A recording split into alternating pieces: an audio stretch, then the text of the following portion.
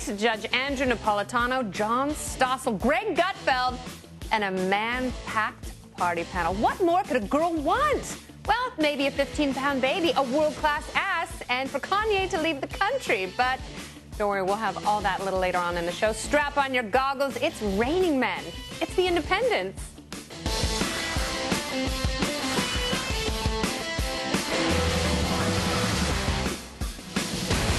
Hi there, I'm Kennedy, along with Reason Magazine editor-in-chief, the man who puts pencil to paper and tells people what to think. His name is Matt Welch, and that pen means business. Camille Foster is also with us from Free Think Media. Together, we are the Independents. We have a nose for truth and don't adhere to any sticky partisan nonsense, especially when it smells like Gouda. Well, with us tonight for the very first time, earning his wings of independency, it's Greg Gutfeld, decorated best-selling author and host of The Five and Red Eye. Greg is the kind of person who exudes warmth and kindness as he eviscerates you with his wit and steely intuition, and I think, unbeknownst to him, he's a secret libertarian, or at least an independent. Welcome to the Independents. It's great to be here. Congratulations on your amazing show. Well, thank you. Congratulations on your amazing success. Oh, no, congratulations on you first. And thank you for wearing the blue V-neck sweater. I'm trying to, the way Camille is trying to bring back the cardigan tie combination. Oh, yeah. I'm trying to bring back the kind of like, I don't know, the 1970s, the My Three Sons look, which didn't end well for any of them. But I'm trying to bring it back. Yeah, it's like my 2.5 sons now after the lobotomy. Yeah, it's kind of sad, really. Yes. Well, Greg, welcome and thank you. And are you, in fact, an independent or libertarian or both? I was a registered, okay, just for the exact phrase, I was an independent until I changed. And I don't care about party affiliation. I don't care how you're registered with the county, but then, in your heart, in your corazon. Then forget that story. Yes, I am an independent because I don't like having to check each box of beliefs, because I find those people boring. There was a Penn Jillette, once he had this rule of thumb on people. If you know two things about a person and you can predict the third one, you don't want to be around that person. So, for example, if they smoke pot, listen to the Dead, but they're radical capitalists, that's a good person. But if you're vegetarian, you work for Greenpeace, and you volunteered for Obama, stay away. So it's the idea that you can't, it's not being unpredictable for the sake of being unpredictable.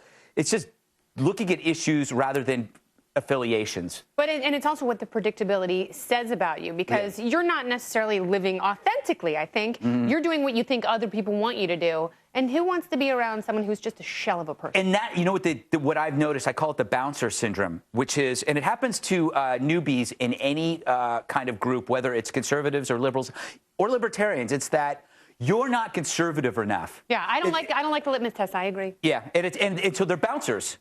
They're bouncers. They just they go, you know what? They'll call you a rhino because there's one thing you disagree with them. Or you're not a libertarian if you actually think the NSA is doing a good job. It's like, you know what? Screw you. I don't like clubs with velvet ropes, so I don't want to be around you. Yeah, and I don't like when people just cut you out because of one thing you say or believe. Which you tried to do to me here on a nightly basis. I'm just kidding. But you were from Berkeley, right? You went to high school in Berkeley, so you were surrounded by Berkeley people. You live in Manhattan now. You're surrounded by Manhattan people. What would happen to you if you moved to like Omaha or Orange Houston County or Orange County or something? It's a good question. I grew up actually in San Mateo, which is a suburb of San Francisco Peninsula area. San Mateo. Yes, it's quite big. Oh, by the way, I went to high school with Barry Bonds, who was a jerk. And was he juicing in high school? What? Was he juicing in high school? No, he was really skinny, but he had a big head. See, Pumpkinhead. Yep. There you go. There you go. He used to sit behind me in Spanish class. I've told this story many times, but he's a year older than me, and he used to kick my chair to get the answers from my tests. So he was cheating back then. His brother Ricky was much nicer. He was my age, and his dad kind of coached here and there on the teams. I apologize for talking about the Bonds.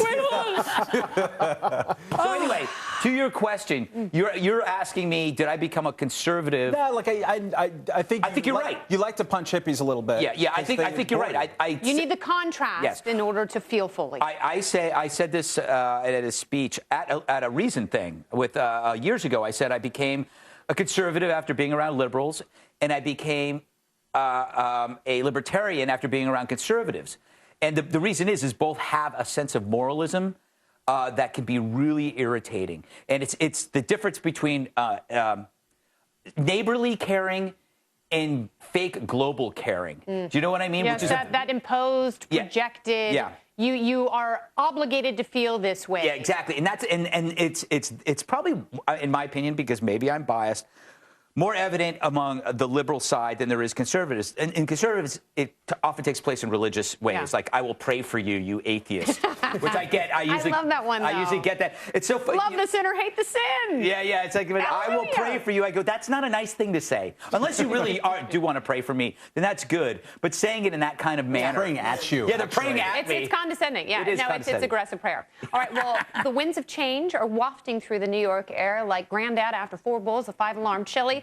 Why is every big government liberal so dead set on using oppression as a tool for social change? In New York City, an elderly man was beaten by police for jaywalking, part of the mayor's zero vision policy. It's actually called Vision Zero, but it really does have zero vision to combat elderly jaywalkers, right? I think. Yeah, I could safely come out and say I'm against beating up elderly Asian men. That's a strong stand, Greg. Can you? I mean, unless there's a website where elderly men go to get beaten up, then I'm for that. I am for that. But perhaps there's a party involving citrus. Exactly. But if I don't understand the citrus joke. That's okay. It's okay. Okay. But no, it's.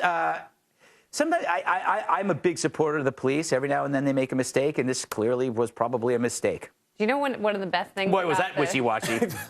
I'm even embarrassed. No, but I know exactly it's what the you idea said. that we need to save pedestrians' lives by issuing jaywalking tickets. Yes. That's just like we need to save, poor people's lives by making sure they can't drink big gulps. Like, living in New York is so shocking for me as a Californian because New York was supposed to be all tough and badass. And we have all these ridiculous... Yeah, but the face-off with big government laws between New York and California, it's a little ridiculous because in California, bartenders now have to wear gloves. Rubber gloves. Yes, which, by the way, I happen to like because I'm into the whole glove thing.